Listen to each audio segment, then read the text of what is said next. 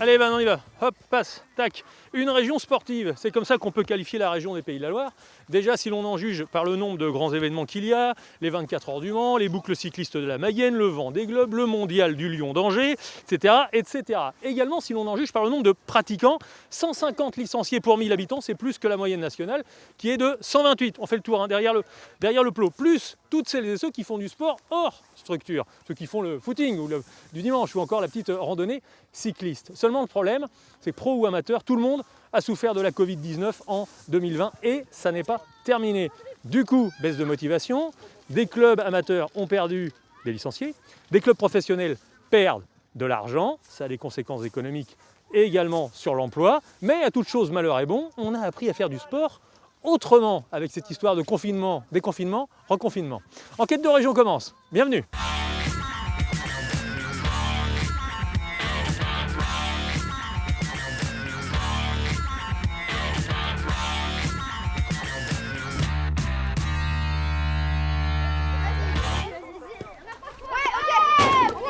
Léonore, oui. Bonjour. Bonjour. Ça fait longtemps que tu joues au foot? Depuis l'année dernière. Donc, Qu'est-ce qui te plaît dans le foot? de jouer un collectif. Moi j'arrive à maîtriser et mon frère il m'a appris quand j'étais petite. Ah, grâce au frangin. Très bien. Comment ça s'est passé, le confinement? C'était bien, mais parce qu'ils nous proposaient des petits défis, des jongles pour nous améliorer et tout, et donc c'était bien quoi. Allez, coach, vous envoyez des messages en disant faites quoi? Oui. Faites du jonglage? Oui, des jonglages de la tête pour nous améliorer dans notre pied mauvais et notre pied fort. Alors, tu as fait ça tout seul chez toi ou avec ton père, ta mère, ton frère? Avec un peu mon père et ma mère. Comment ça s'est passé, les confinements? Il y a eu plein de confinements l'an dernier. Oui. Comment ça s'est passé pour toi? C'était bien, je me suis beaucoup entraînée avec mon petit frère.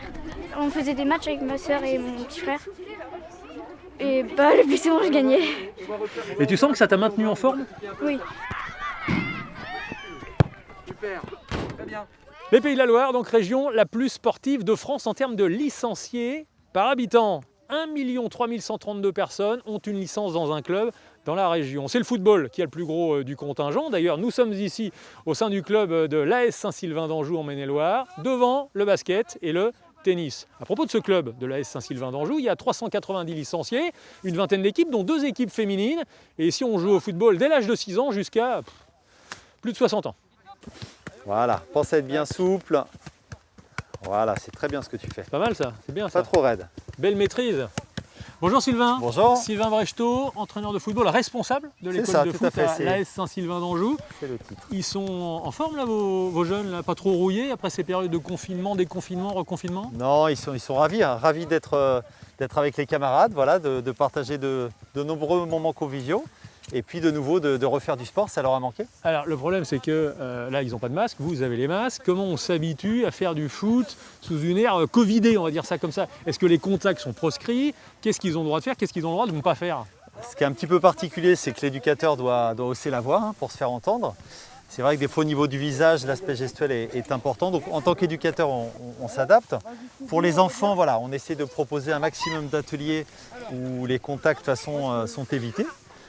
Donc des ateliers techniques, des ateliers de motricité. Et puis voilà, l'idée c'est qu'ils continuent un petit peu leur formation et puis qu'ils progressent, surtout en se faisant plaisir. C'est la priorité. Bon, durant le confinement, les confinements, vous avez gardé le lien un petit peu avec eux, vous leur avez donné des exercices à faire, des petites choses à faire, peut-être pas dans le salon, mais du moins dans le jardin? Oui, tout à fait. C'est-à-dire que c'est ce qu'on expliquait aux familles, on voulait vraiment garder un lien social.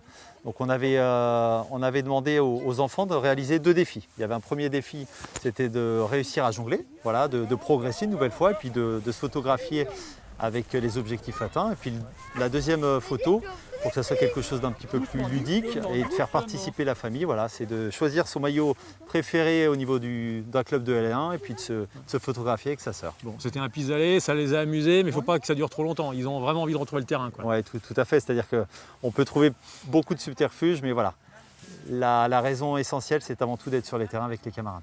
Merci.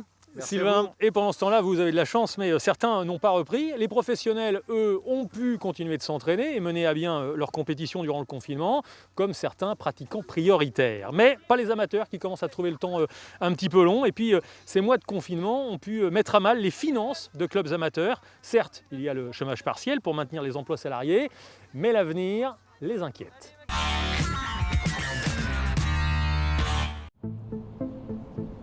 Sur les 1000 licenciés du club d'athlétisme de l'Entente des Mauges, une centaine tournent autour du stade omnisport de Cholet, hors confinement, les soirs de semaine.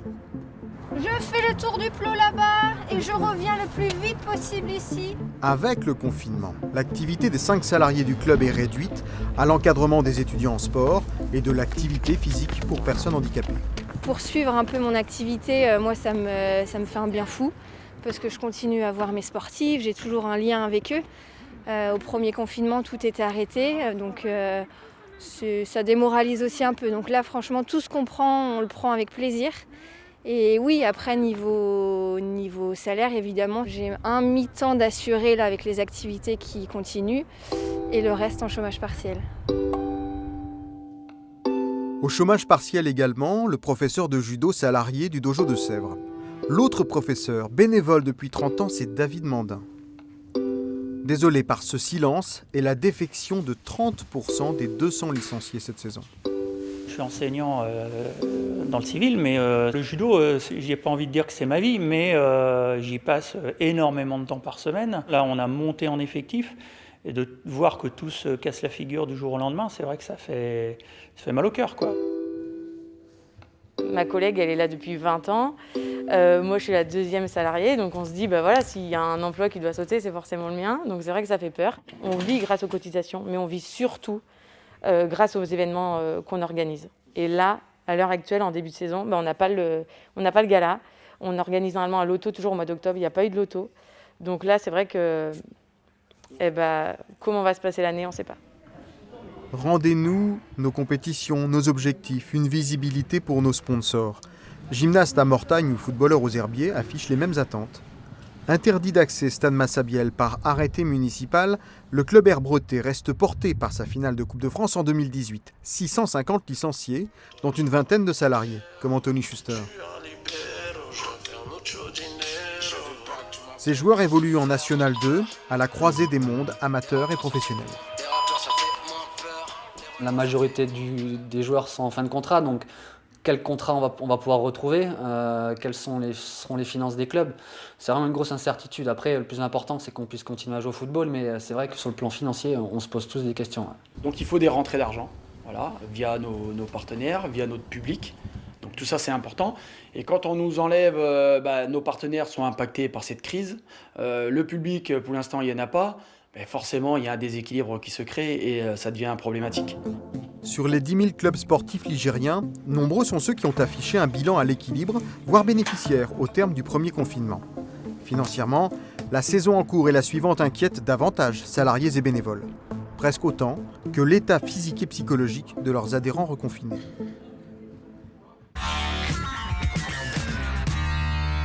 Bonjour Jean-Robin.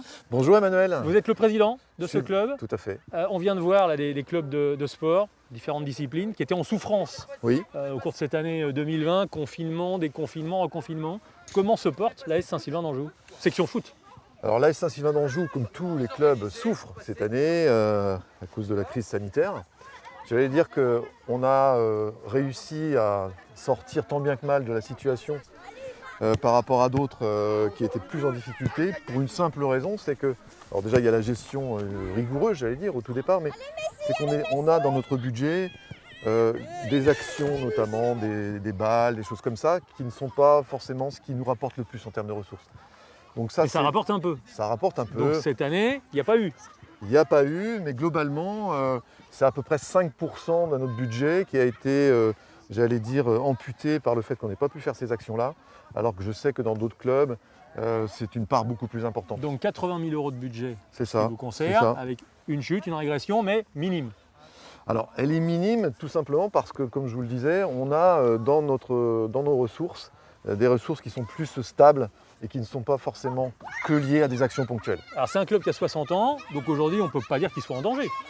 Alors, il n'est pas en danger à aujourd'hui, mais si la situation perdurait, bien évidemment que ça peut devenir plus compliqué. Bon, il y a 390 licenciés qui payent une licence qui va de 100 à 110 € à peu près. Alors, de 75 à 120 € exactement. Bon. Et la Fédération française de football vous a en plus donné, comme un petit coup de pouce, fin 2020, 10 € supplémentaires par licence. Alors, on a eu 10 € par licence versés au mois d'août. L'objectif, c'était d'aider les clubs à reprendre en septembre dans les meilleures conditions possibles. Bon, il s'avère que cette aide, qui est très importante bien sûr, est aujourd'hui insuffisante par rapport aux besoins. Ouais, d'autant plus insuffisante que la FFF, la Fédération française de football, vous prélève 20% sur chaque licence. Alors en fait, c'est pas un pourcentage, hein, c'est ce qu'on appelle un carton, donc c'est un montant qui est fonction en fait des licences. Mais ça a toujours existé, c'est-à-dire que par exemple sur une licence d'une centaine d'euros, on a à peu près un quart qui est reversé à la fédération. Il faut participer en fait, oui, tout à fait. à la vie de la fédération. Est-ce qu'il y a des licenciés, des jeunes licenciés ou des moins jeunes, parce qu'on joue dans votre club jusqu'à 60 ans, qui ont demandé le remboursement de leur licence? Alors à aujourd'hui, très peu. Donc il y en a? Oui, il y en a, mais en fait... Et vous les avez remboursés? Pour l'instant, on n'a pas encore engagé d'action par rapport à ça. On se donnait un petit peu de temps par rapport au fait de reprendre. Si la reprise était faite dans de bonnes conditions, on pouvait également, communiquer avec les parents qui étaient demandeurs pour leur dire voilà, on a fait le maximum pour reprendre l'activité. Donc pour l'instant, on n'a pas de sujet trop important par rapport à ça. Bon, les sponsors, ce qu'on voit derrière nous, là, il y a des noms de partenaires locaux, d'entreprises. Ils sont importants dans la vie du club, ils vous donnent beaucoup et ils ont donné, même en période difficile pour eux. Oui, c'est un sujet important. On a la chance d'avoir des partenaires fidèles. Souvent des partenaires locaux, commerçants, artisans, professions libérales. À propos de sponsors partenaires, j'en vois un là-bas tout près de la rambarde, je vais aller le rejoindre pour parler un petit peu avec lui. Si vous voulez, je vous retrouve à la buvette. C'est important, hein, la buvette dans la vie d'un club, il y a des choses à dire. A tout de suite, monsieur Robin. Merci.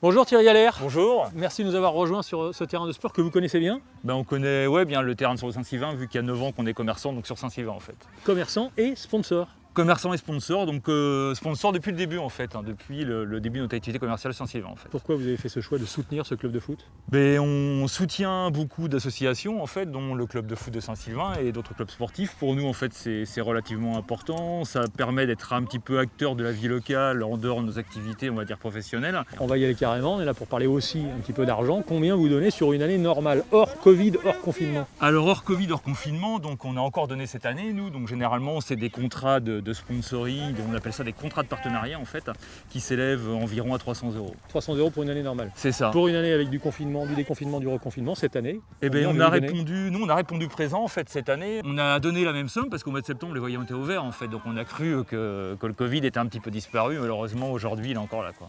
C'est une belle fidélité. Je vous remercie. Bravo, merci beaucoup Thierry Allaire. Alors il y a ceux qui en matière de sport se languissent un petit peu chez eux, ceux qui font des pompes dans le salon, vous savez, on pousse un petit peu la table et puis on s'étale sur le tapis, mais pour les grands sportifs évidemment ça ne suffit pas, il faut un challenge. Alors pendant un confinement, Mélinda Morel, une grande sportive vendéenne, s'est lancée un défi, courir pour des masques à l'intention des personnels soignants, un double marathon dans son jardin, voilà ce qu'elle a réalisé. Il faut dire que vous allez voir le jardin, il y a quand même de la place. Les trailers sont des sportifs amoureux des longues distances, des grands espaces, un peu frustrés en période de confinement. Mais Mélinda Morel a le sourire, le mental et un grand jardin. Elle y parcourt en boucle ce dimanche 85 km pour une bonne cause. J'ai choisi d'être dans ce cadre restreint parce que justement tout le monde n'a pas la chance d'avoir un jardin. Et moi j'ai la chance d'avoir un jardin et j'aurais pu prendre plus grand, mais c'était trop facile, il fallait un défi. Donc là, je ne m'arrête pas. Par contre, je change de sens pour éviter la monotonie. Mentalement, c'est important, mais aussi pour les articulations. Et je pense que les runners, ils se reconnaîtront. Allez, tu t'arrêtes. Je m'arrête pas longtemps, parce que si je m'arrête, mon corps il comprend qu'il faut que je m'arrête. Enfin, il pense que je suis, que ça y est, c'est la fin. Et il faut pas lui donner cette impression. C'est reparti. Allez, quand tu veux. On y va. Mélinda est une sportive de haut niveau qui a plusieurs sponsors qui l'accompagnent pour ses courses et en fait elle a décidé avec son sponsor de transformer sa dotation annuelle en équivalent masque. Ça représente environ 3000 masques qui seront remis au personnel soignant. Allez. J'habite en Vendée, le chef-lieu c'est La Roche-sur-Yon, le CHD se trouve là-bas et je me dis qu'ils sont en première ligne, mais je pense bien sûr aux auxiliaires de vie, je pense bien sûr aux pompiers. Sachant que Mélinda a fait ses 85 km sur une boucle de 150 mètres, je vous laisse calculer le nombre de tours de jardin, si le confinement vous en laisse le temps. Eh bien, ça fait 567 tours, très précisément. Oui, c'est ça. Allez, retour au sein du siège du club de l'AS Saint-Sylvain d'Anjou avec son président Jean Robin. On a évoqué ceux qui éventuellement demandaient le remboursement de leur licence. On n'a pas donné, je ne vous l'ai pas demandé, vous ne me l'avez pas donné, le nombre de licenciés qui sont partis d'une saison à l'autre. En fait, par rapport à l'année dernière, à aujourd'hui, on a une soixantaine de licenciés en moins. Pour quelles raisons sont-ils partis? Ils ont évoqué la raison? Alors, la principale des raisons, c'est la crainte par rapport notamment aux jeunes, aux enfants, des parents, sur une nouvelle inscription pour cette année, compte tenu du contexte, de ce qui allait se passer, de la sécurité, du côté santé. Donc c'est des raisons sanitaires, essentiellement. Oui, c'est des raisons sanitaires. La peur de contracter la Covid. Alors la peur de contracter la Covid, et puis surtout de s'engager dans une saison où l'enfant ne pourrait pas forcément exprimer tous ses souhaits en termes de sport, puisque on l'a vu cette année, en ce début de saison, il y a eu une coupure également, quoi. Ça, c'est pour les licenciés. Il y a 50 bénévoles dans votre club, qui existe depuis 60 ans. Ouais. Tous sont restés? Tous sont restés. Tous sont restés. Il y en a même certains qui nous ont rejoints en complément. Donc je dis souvent que le plus important dans le club, c'est pas d'avoir des belles infrastructures, même si c'est très important, mais le plus important, c'est ce qui ne se voit pas de l'extérieur. Ce sont les femmes et les hommes qui composent l'équipe de l'engagement, le service. L'engagement, l'implication. Ouais. Ici, le bar, c'est un lieu stratégique dans un club? C'est un lieu de convivialité, puis un lieu de ressources. Ouais. On fait le match ici souvent? Souvent, oui. Ouais, quand il y a des matchs? Oui, quand il y a des matchs. Vous m'avez dit, 5% de recettes en moins, avec les opérations comme le bal, le loto, toutes ces choses qui n'ont pas pu avoir lieu. Ici, le bar, la buvette, c'est une part importante, je crois, du budget. On va peut-être demander à votre responsable de nous rejoindre.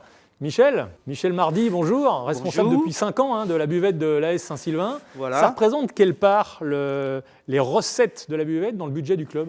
Eh bien, environ 30%. Il y a un manque à gagner quand même, mais bon, au niveau argent, on n'est quand même pas dans le rouge. Ça vous manque, ces moments de convivialité qui ont lieu ici après chaque match? Oui, bien sûr, oui. Parce que bon, on a plaisir à voir tous les jeunes jouer le week-end. D'autant plus quand on gagne, c'est toujours mieux. Merci beaucoup, messieurs, de nous avoir fait vivre quelques instants au sein du club de l'AS Saint-Sylvain. Et puis, longue vie à vous, 60 ans, on vous souhaite au moins de doubler la mise. On va parler des pros maintenant et de l'impact de la Covid-19 sur quelques-uns des grands clubs de la région. On va aller à Nantes dans quelques instants. Retrouver Gaël Pelletier, c'est le président du HBCN, le handball club de Nantes. Mais il y a aussi dans la région un grand club Angesco, Le Mans, Sarthe Basket ou encore Nantes-Rezé Métropole Volley. 3 clubs, 3 disciplines, 3 budgets, mais un même souci durant cette année Covidée, garder un équilibre financier. En football, en basket, en volleyball. Les clubs professionnels doivent actuellement conjuguer une absence ou une baisse de recettes avec des charges liées au salaire et au bon fonctionnement de leur structure. Et cet équilibre, la Covid-19 l'a quelque peu mis à mal.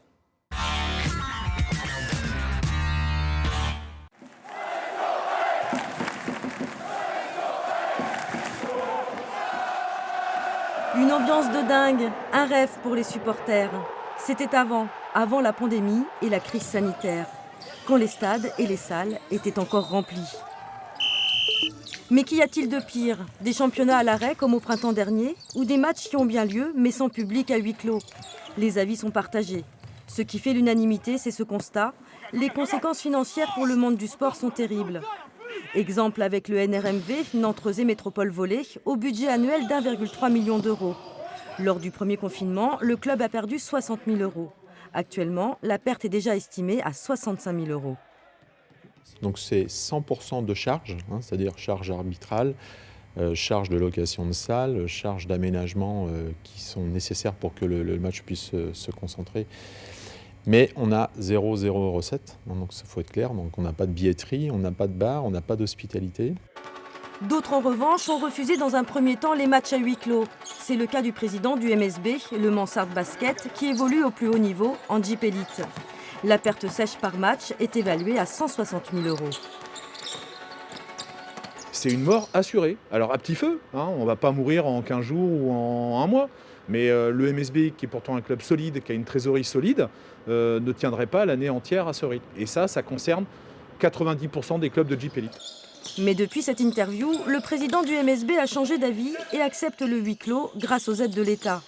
110 millions d'euros de fonds ont été débloqués pour soutenir les clubs professionnels français. En revanche, certains ont déjà été obligés de s'endetter. En foot, Angesco, au budget annuel de 45 millions d'euros, a emprunté 6 millions d'euros. Le club a toujours été bien géré, donc on n'avait pas de dette. Mais là, à un moment donné, quand vous perdez 12 ou 13 millions la saison dernière et que là, vous êtes en train d'en perdre déjà au moins un 5, plus les droits télé que vous risquez de perdre, ça c'est énorme. Vous ne pouvez pas réussir tout seul, sans emprunter. Une situation encore plus compliquée pour les clubs de foot suite à un litige entre les diffuseurs de Ligue 1. Les montants des droits télé sont pour l'instant remis en question. Le monde du sport retient donc son souffle. Il y a urgence à reprendre les compétitions avec cet élément indispensable, le public.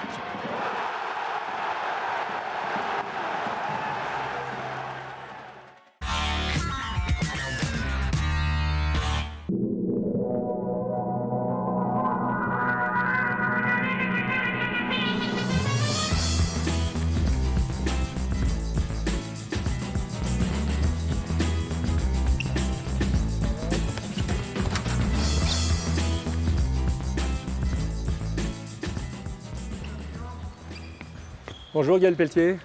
Bonjour. Vous êtes le président du HBC Nantes, le H comme on dit à Nantes. 13e saison en tant que président. Vous aimez regarder vos joueurs comme ça à l'entraînement? Oui, c'est toujours intéressant de percevoir l'atmosphère de travail, s'ils sont appliqués, et puis l'ambiance qu'il y a au sein du collectif. Ouais. C'est quand même mieux en match. Hein. C'est quand même beaucoup mieux en match, et encore plus avec du public. Ouais. Alors on va y revenir dans un instant. Vous vous occupez que de la section professionnelle, hein, parce qu'au H, il y a les pros et les amateurs. Hein. Oui, section professionnelle et centre de formation. Bon. Est-ce qu'il y a eu beaucoup de cas de Covid au sein de l'équipe? Une petite dizaine depuis le début de la saison, oui. Ouais. Alors vous êtes de ceux, des présidents de clubs de handball, qui étaient ou qui sont pour l'arrêt des compétitions en période de confinement, reconfinement, en période de Covid. Pourquoi?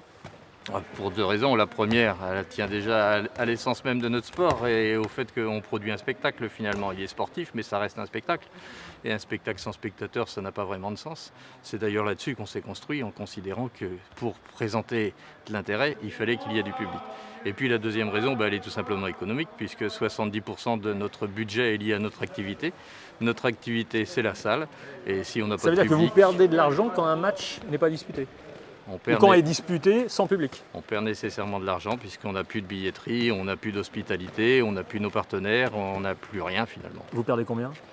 On perd 250 000 euros par match. Sur un budget de 8 millions d'euros. Hein. Sur un budget de 7,8 millions. Mais il faut reconnaître qu'on a un grand soutien de nos partenaires. Oui. Bon, il y a une aide de l'État aussi. L'État a débloqué, fin 2020, 400 millions d'euros, dont 110 millions d'euros rien que pour la billetterie des clubs professionnels. Ça permet quand même d'avoir un peu d'air, d'avoir un peu d'aisance. 110 millions d'euros, ça paraît une grosse somme. Ramener au nombre de clubs, c'est déjà beaucoup moins important. Après, la problématique, c'est qu'actuellement, nous ne savons pas comment ça va redescendre et à quel niveau ça va redescendre et la réalité des clés de répartition. Est-ce qu'aujourd'hui, vous estimez que votre club est en danger? Il est en danger si ça perdure, c'est évident, puisqu'on ne pourra pas faire face éternellement à une absence de recettes. Ça veut dire qu'il y a des licenciements qui pourraient survenir dans les mois qui viennent? On n'est pas du tout dans ce schéma de réflexion et j'espère que c'est un schéma de réflexion qu'on n'aura pas à avoir. Alors est-ce que vous avez un schéma de réflexion pour trouver de nouvelles sources de revenus? D'abord, c'est s'appuyer sur ceux qui nous accompagnent déjà. Forcément, ça sera beaucoup de travail après pour aller en chercher de nouvelles. Mais tant qu'on n'a pas notre outil, c'est bien délicat d'aller chercher de nouveaux partenaires. Il y avait l'histoire de floquer le nom des abonnés contre la non-demande de remboursement sur le maillot de la saison prochaine. Pour ceux qui renoncent à tout remboursement, ça a été l'idée de dire vous allez nous accompagner tout au long de la saison prochaine, partout, en étant sur le maillot. C'est un symbole fort parce que le maillot, c'est l'entité de l'équipe. Donc, ça a pris ça, cette idée? Ça a très bien marché, et on est à 80% des abonnés qui refusent tout remboursement de la part du club. Si le public revenait, il faut le faire comment selon vous? Un siège sur deux, un rang sur deux. Il faut faire à la jauge, c'est-à-dire on met 1000, on met 2000, 5000 personnes. Comment on fait? Alors, le plus logique, ça serait que ça soit un pourcentage de la jauge. Ça paraîtrait le plus logique. Après, un siège sur deux, ça veut dire faire fi des groupes constitués. Une famille qui vit toute l'année ensemble et qui va vivre le soir chez elle, on peut la regrouper. Donc il faut faire une distanciation qui, comme finalement on l'a fait en tout début de saison, et où là on était sur des jauges qui avoisinaient les 4000 places. On peut avoir une distanciation tout en respectant des groupes constitués. Merci, Gaël Pelletier. Merci à vous.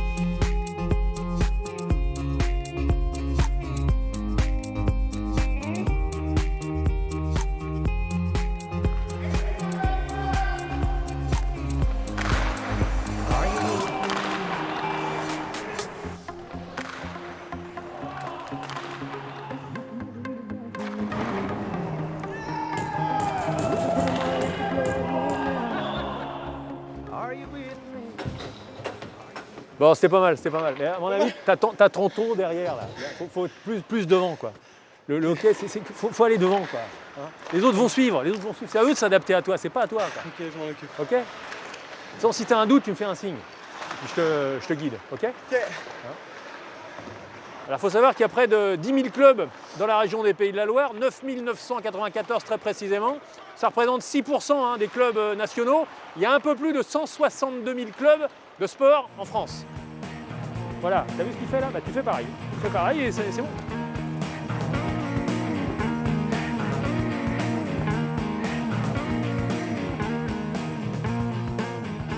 Robin!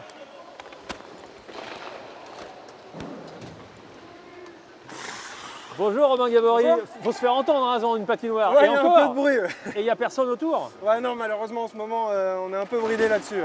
Comment on garde la motivation quand on est un sportif de haut niveau? Bah écoutez, nous, c'est tout d'abord, avant que ce soit notre travail, c'est quand même une passion. Donc de venir ici tous les jours, de pouvoir voir nos copains, nos collègues et de vivre en groupe et de pouvoir s'entraîner pour garder la forme, c'est déjà une grande chance. Donc on essaie de se dire ça, que c'est vraiment une chance de ne pas être enfermé chez soi et de pouvoir quand même garder la forme et se voir un peu tous les jours. Quand il y a eu des matchs avec la moitié, simplement, des sièges occupés, ça s'entend, l'ambiance n'est pas la même. Vous donnez quand même, évidemment, vous êtes professionnel le maximum, mais c'est difficile ou pas? Ouais, c'est vraiment différent, surtout qu'on sortait d'une première saison à l'Ice Park où on jouait à guichet fermé tous les matchs, donc on prend vite l'habitude, hein, c'est un luxe qu'on s'habitue vite. Après, voilà, à la fin du match, il faut prendre les 3 points, qu'il y ait du monde dans les tribunes ou pas, il faut faire du spectacle, il faut gagner les matchs. Les gens qui viennent nous voir, ils prennent des risques, mine de rien, même s'il y a un protocole qui est quand même organisé. Les gens qui viennent nous voir, c'est qu'ils ont vraiment à cœur de voir du beau spectacle, donc c'est à nous de se motiver et de donner notre maximum pour donner un peu de plaisir aux gens qui viennent nous voir en ces périodes difficiles. Des sportifs passionnés, un public passionné également. Vous-même, vous avez été touché par la Covid-19? Moi personnellement non, il y a des gars dans l'équipe qui ont été touchés. Dans ma famille, mes parents ont été touchés, mais à des stades tout le monde s'en est remis. Assez tranquille, tout le monde s'en est remis. Qu'est-ce que vous gardez en tant que sportif essentiellement de cette, en mémoire, enfin c'est encore actif, mais de cette période de confinement, déconfinement, reconfinement, etc. C'est compliqué? Ouais, c'est spécial, hein, c'est spécial à vivre. C'est sûr qu'on est dans une période qui est inédite et il faut s'adapter. Encore une fois, je pense que le mot, c'est s'adapter. On n'a pas grand chose à faire, ne serait-ce que d'écouter ce qu'on nous dit et puis de faire le nécessaire pour s'occuper à la maison quand on est confiné, de profiter de ses proches, de sa famille avec qui on est confiné. Voilà, moi par exemple j'ai mis l'accent sur la cuisine. J'ai pas mal cuisiné et puis essayer de passer le temps avec des choses qui nous plaisent et qui nous rendent heureux malgré la période difficile. L'important c'est de rester en santé. Robin Gabory, attaquant des Ducs d'Angers, pas masqué mais casqué. C'est ça. Merci à vous. Merci. À bientôt. Au revoir.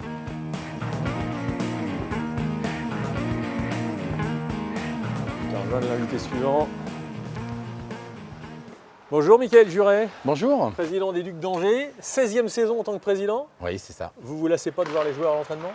Non, on ne se lasse pas. J'ai pas souvent le temps de le faire, mais effectivement, quand j'ai l'occasion de m'octroyer un moment comme celui-là, je le fais volontiers. C'est mieux en match quand même? C'est beaucoup mieux en match. Bon, alors les matchs, parlons-en. D'abord, il y a eu beaucoup de joueurs atteints de la Covid-19 depuis mars 2020. On a eu 6 personnes atteintes dans le vestiaire. Donc ça veut dire que dans ce cas-là, il n'y a plus de vestiaire justement, les joueurs ne s'entraînent plus ensemble, ne jouent plus de match. Ouais, ils restent chez eux pendant une semaine, on fait les tests et puis quand on a le feu vert, on lance tout le monde au boulot. Donc il y a des matchs reportés, des matchs annulés, des matchs à huis clos, il y a tous les cas de figure. C'est gérable une saison comme ça? C'est beaucoup de travail et beaucoup de travail qu'on dépense pas dans ce qu'on aime faire, c'est-à-dire dans le développement du club, dans des beaux projets.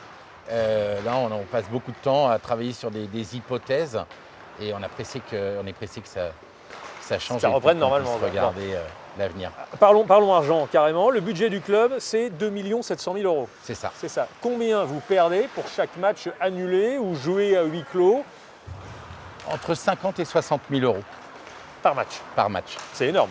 C'est insoutenable. Alors comment vous faites? Eh bien, là, vous demandez une rallonge à tous vos partenaires, à tous vos sponsors? Non, les sponsors déjà, on n'a eu aucune défection, donc c'est déjà un signe positif. Et puis on se bat au quotidien à chercher des solutions. L'État, il compense, il a prévu un plan de 400 millions d'euros pour tout le sport en France, donc 110 millions d'euros pour les billetteries des clubs professionnels. Ça donne de l'air ou c'est quoi? C'est un subside pour faire patienter, mais non, c'est largement insuffisant. On est en discussion régulièrement avec notre fédération, avec le ministère et les autres sports professionnels. Et on est tous d'accord pour dire que pour l'instant, le compte n'y est pas. Et on est très très loin de pouvoir assurer la survie des... Alors je vais parler uniquement des clubs professionnels, mais des clubs professionnels dans différents sports. Ça veut dire que les Ducs d'Angers sont en danger, justement, pour faire mauvais jeu de mots, mais... Oui, quand on perd 50 000 € par match, effectivement, on peut se poser la question de savoir combien de temps on peut tenir comme ça. Ça veut dire quoi? Si ça devait durer encore des mois, si toute la saison 2020-2021 devait être non jouée, ça veut dire qu'il n'y a plus de Ducs d'Angers en septembre 2021? Non, je pense qu'on n'en est pas là parce que l'Ice Park mérite d'avoir une belle équipe ici. Donc je pense qu'on trouvera des solutions. Mais effectivement, il faudra trouver d'autres solutions que celles qui sont proposées par notre ministre des Sports. Merci beaucoup, Mickaël Juret. Durant les confinements, les sportifs professionnels ont pu continuer de s'entraîner, certes, mais plus de compétition. Et plus de compétition, pas de revenus, on l'a bien compris. Les tennisman, par exemple, qui disputent des tournois à longueur d'année, ont dû trouver autre chose pour pouvoir remplir leur frigo. Quant à certains, ou plutôt certaines athlètes, eh bien, cette pause a eu le mérite de permettre de refixer les objectifs.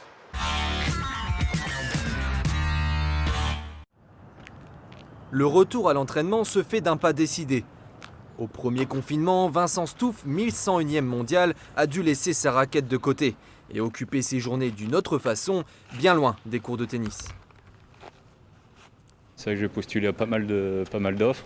Donc voilà, j'ai bossé pendant un mois en tant que magasinier. Donc je mettais en rayon pas mal de frigos, de machines à laver, etc. Je conseillais un peu les clients. Donc voilà, donc ça a été une bonne expérience personnellement, voir que j'étais capable de faire autre chose que du tennis, quoi. Habituellement, Vincent gagne sa vie en enchaînant les tournois. Tous ont été annulés, mais l'entraînement, lui, a repris de plus belle.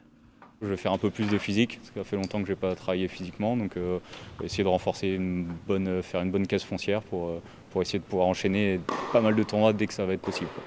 Pour compenser la perte de revenus, Vincent peut compter sur le soutien financier de la Fédé et du syndicat de tennis, ce qui lui permet de continuer à vivre de sa passion en attendant le retour des tournois. À plus long terme, on essaie de garder le moral et en espérant que les tournois auront lieu. Ce qu'on constate, c'est quand même que les clubs ont envie de faire, ont envie d'accueillir, les joueurs ont envie de jouer. Donc on espère qu'à la retour à la normale, on aura des compétitions, on aura des clubs motivés, des gens qui ont envie de profiter du sport, des loisirs. Et donc on garde espoir, mais c'est très incertain. Des cours de tennis aux pistes d'athlétisme. La crise sanitaire n'a pas fait de cadeau, mais Laura Valette, championne de France du 100 mètres haies, a plutôt profité de la situation. Ça a permis de faire un petit peu le point. Moi, ma carrière, elle a commencé en 2012, j'avais 15 ans. J'ai jamais loupé une seule saison parce que j'avais toujours tout enchaîné. Donc c'est vrai, bizarrement, je me sentais un peu mal de penser ça, mais je m'étais dit ça va me faire une pause et pas une pause sur une blessure ou quoi que ce soit. Donc ouais, ça m'a vraiment permis de me ressourcer, de me dire bon, les objectifs pour ma carrière, c'est quoi, de vraiment faire le point et de repartir de plus belle. La Covid n'atteindra pas le moral de Laura, même si 2020 a eu son lot d'incertitudes. Ça a été un peu plus dur sur la période estivale encore, parce qu'elle était dans une dynamique où elle enchaînait les titres de championne de France, les championnats du monde à Doha, on sortait d'une bonne dynamique. Mais finalement, c'est sûrement un mal pour un bien, j'ai envie de dire, parce que je pense que cette petite coupure-là va lui faire du bien aussi pour repartir sur un nouveau cycle entre les Jeux de Tokyo et puis Paris 2024. Ces prochains JO à Tokyo, ils approchent, de quoi galvaniser Laura. Je me dis tout ce que j'ai fait l'année dernière, il ne faut pas que ça soit perdu et s'entraîner encore plus dur aujourd'hui, c'est être encore meilleur pour juillet qui arrive. Donc je pense que si nous avait dit que les JO ça allait être annulé, ça aurait été plus compliqué. Mais bon là du coup ça nous laisse quand même un bon objectif en ligne de mire. La championne a aussi Paris 2024 en tête, des grands objectifs pour accepter les souffrances de l'entraînement et dépasser ses limites. 5 secondes. Parfait.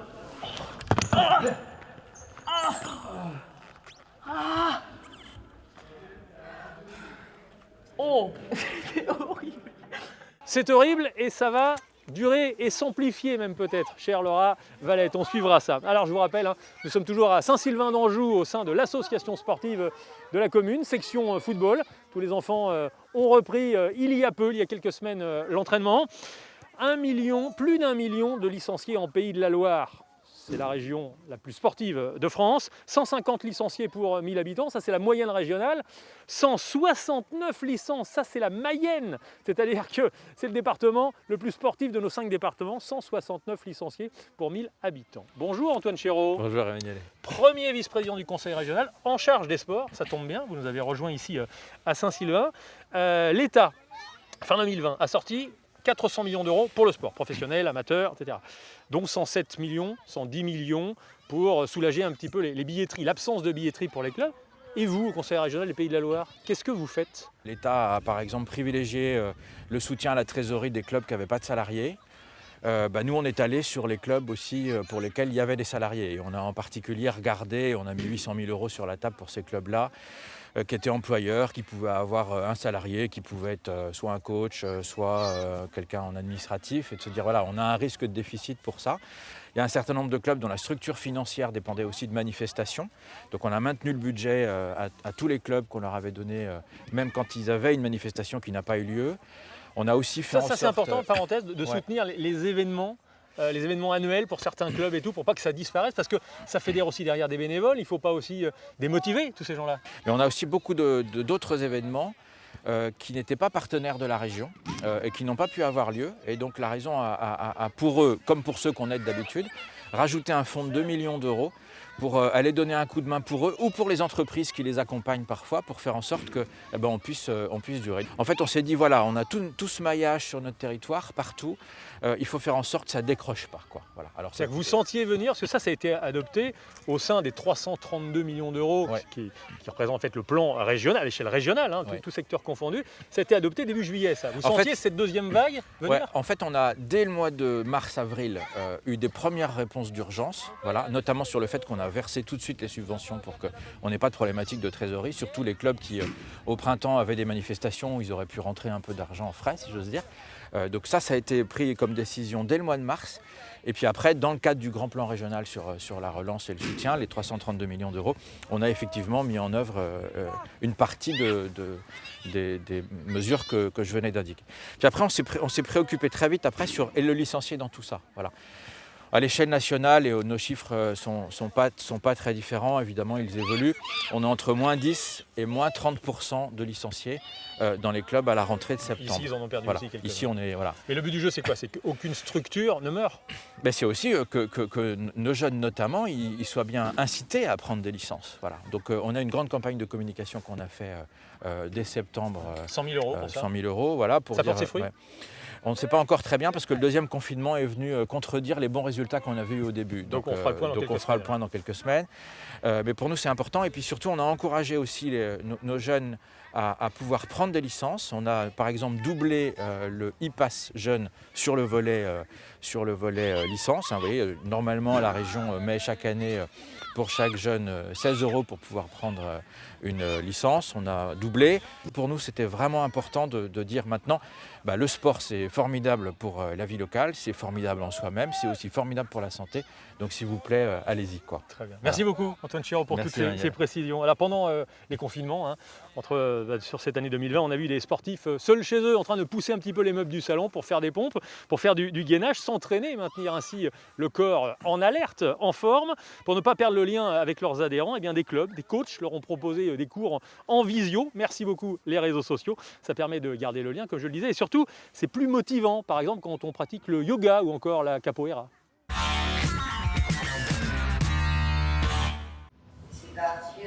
Après plus de 20 années de pratique, hors de question pour Marie-Thérèse de mettre sa passion entre parenthèses. À raison de 3 cours en ligne par semaine, elle pratique désormais le yoga 2.0, une forme d'équilibre de vie par écran interposé, sans doute plus accessible aux personnes expérimentées.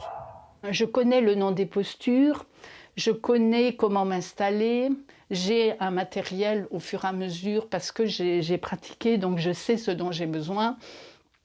Quelqu'un qui démarre en visio, j'imagine que ça doit être un peu dur quand même.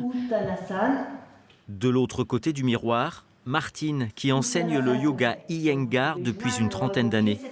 L'enseignante a beau être extrêmement souple, Rentrez la zone dorsale vers la poitrine. elle avoue ne pas s'y retrouver totalement dans cette toute nouvelle forme d'apprentissage. L'énergie n'est pas du tout la même. C'est vrai que lorsque on est avec les élèves, il y a toute une énergie de groupe qui s'installe. Il y a aussi une caractéristique. Chaque groupe d'élèves correspond, chaque classe est un petit peu différente. Et puis on connaît les élèves, on va les ajuster, on va les aider, on connaît un petit peu, on donne des consignes individuelles. C'est plus compliqué avec le Zoom, ça c'est certain. Zoom, Facebook Live, cours enregistré accessible H24, c'est aussi le plan B du Brésilien Parafuso, qui distille ses 30 heures de cours hebdomadaires de capoeira via les réseaux sociaux. On monte en équilibre. On change des pieds, et on refait un pas en avant et on revient en face. Face au maître, un ordinateur sur lequel peuvent apparaître jusqu'à 40 élèves qui doivent se contenter de cette fenêtre vers l'extérieur. Ça nous garde un petit peu en forme, mais c'est pas ça le cœur du sport. Ce sport-là, il demande vraiment à se jouer à deux, à faire de la musique ensemble, avec le groupe et la musique, et le tam-tam, le pandaire et tout ça en même temps. Pas à distance en fait. Je suis seule à domicile et du coup ça maintient et une activité physique et un lien social et ça garde le contact avec toute cette famille de la capoeira qui est très importante pour moi. Les cours à distance de Parafuso datent du premier confinement. Mais 30% seulement de ses élèves le suivent en ligne. Le jeune enseignant, lui, attend des jours meilleurs. On chante, on a des instruments, il faut jouer des instruments. C'est très technique au niveau des pieds, il y a des placements. On a besoin d'espace aussi pour se déplacer, pour faire un peu d'acrobatie. C'est pour ça aussi qu'on a besoin d'être sur place, de corriger, de voir les gens, de voir comment ça se passe, de chanter tous ensemble, de mettre l'ambiance, de faire la fête. Confronté à la crise sanitaire, le monde du sport a donc dû s'adapter pour limiter les dégâts. Avec un bilan mitigé, si les cours en ligne peuvent faire naître de nouvelles passions, ils sont aussi souvent source de décrochage.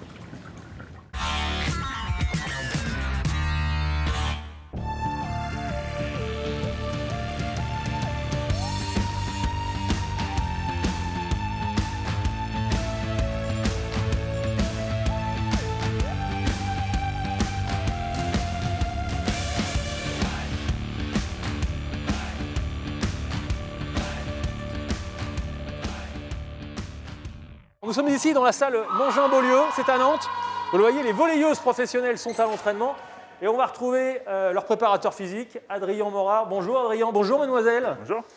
Est-ce que pendant les périodes de confinement, vous les avez suivies, toutes vos joueuses, vous leur envoyiez des exercices en visio ou alors vous les suiviez avec un réseau social en leur donnant des exercices et en suivant ce qu'elles faisaient depuis leur domicile? On était en échange via, comme d'habitude, sur la plateforme WhatsApp. En fait, il y a eu deux phases, ou en tout cas deux phases, on peut dire.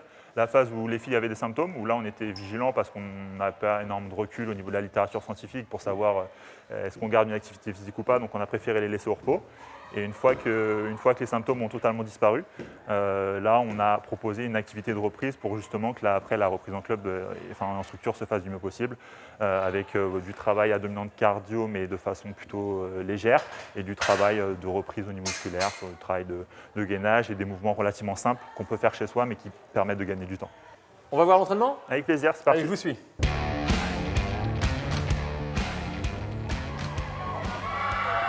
Pour celles et ceux qui nous regardent et qui reprennent le sport, une activité sportive avant une période de confinement, donc une longue période d'arrêt, quels conseils vous donneriez?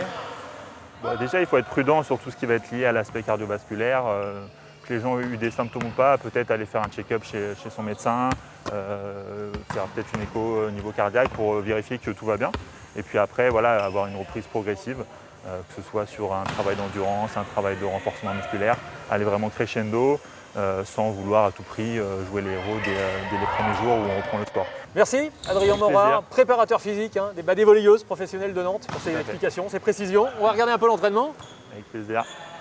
It's a new dawn, it's a new day, it's a new life for me, and I'm feeling good.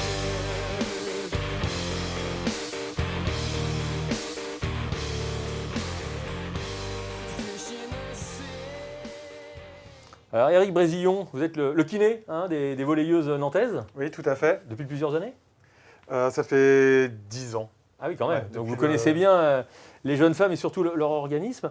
De quoi peuvent-elles souffrir? De quoi souffrent-elles après des périodes de confinement, quand le corps se remet à travailler régulièrement? Quelles sont les pathologies qui apparaissent?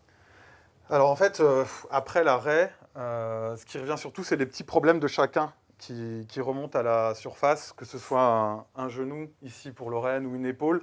Les problèmes chroniques reviennent parce que c'est un peu comme si on recommençait une saison.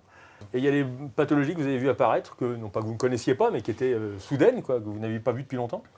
La reprise, elle est très compliquée. Parce que c'est des joueuses professionnelles qui n'ont pas l'habitude de s'arrêter totalement pendant 2 semaines, parce que même en période de trêve ou vacances, elles continuent à s'entretenir. Est-ce que vous avez un conseil à donner aux amateurs qui reprennent le sport, les uns après les autres, aussi bien en intérieur qu'en extérieur, sur les pathologies à éviter? Quels sont les gestes justement à faire, à promouvoir pour éviter des petits bobos de sportifs? Ce qu'on a vu pendant le premier confinement et même le deuxième, c'est que beaucoup de gens ont dû arrêter le sport, ont été beaucoup plus sédentaires. Et ce qui se passe, c'est qu'on perd tous notre condition physique habituelle, qu'on soit sportif de haut niveau ou sportif amateur, ou qu'on fasse quelques heures de sport par semaine. Ce qui se passe, c'est que quand on reprend pas là où on en était, on a énormément perdu. Et ce qui fait que reprendre après 2 mois de confinement son sport habituel fait qu'on a plus de chances de se blesser, parce que tout simplement, notre corps n'est plus habitué aux contraintes et peut se blesser plus facilement. Merci Éric Brésillon pour ces explications. Merci Lorraine pour votre participation. Inventif, c'est le mot qui nous vient à l'esprit quand on parle de vous, quand on pense à vous, vous qui avez pratiqué votre sport favori différemment grâce à la visio, vous qui vous êtes mis au sport aussi. Inventif, petit florilège.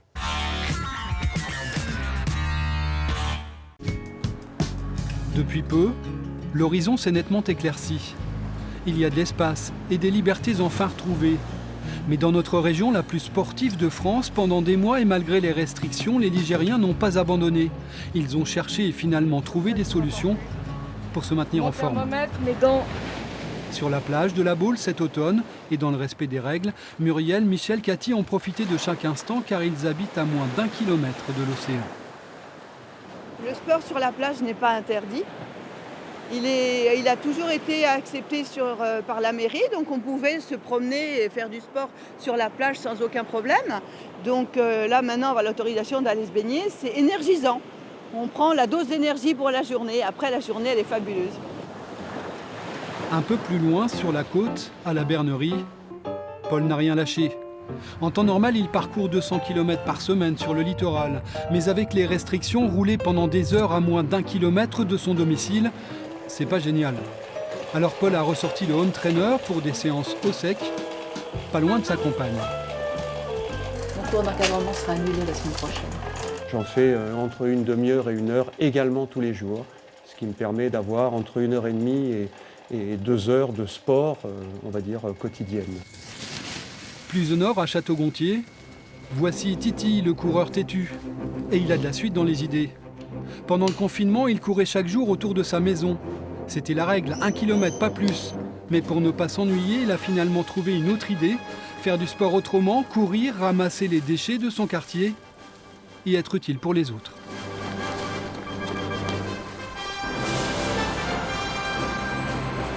C'est encore plus dur de courir et ramasser les déchets que de courir normalement. C'est limite plus fatigant. C'est plus fatigant, c'est clair. Et en faisant beaucoup moins de kilomètres. Ah bonjour. C'est génial de voir les mêmes personnes qui reviennent chaque jour. Et puis il y a ceux qui ont inventé leur nouvelle salle de sport. Grandiose. Allez, on met du rythme. Des cours de gym improvisés, mais si bien partagés qu'après quelques jours, il y avait du monde au balcon. Au début, c'est parti je faisais du sport chez moi et je me suis dit, pourquoi pas le faire avec tout le monde, mais chacun chez soi, confiné. Puis finalement, on est tous ensemble, mais chacun de son côté, quoi. C'est ça qui est génial. Tout le monde a bien et son ordonnance et son attestation de déplacement. Avec une ordonnance, oui, même ça a été possible. Pendant des mois, malgré les restrictions, jour après jour, les Ligériens se sont adaptés ils ont trouvé des solutions pour sortir et faire du sport. Mais en ce début d'année, tout redevient possible et tellement plus facile alors. Respirer et surtout, déconfiner.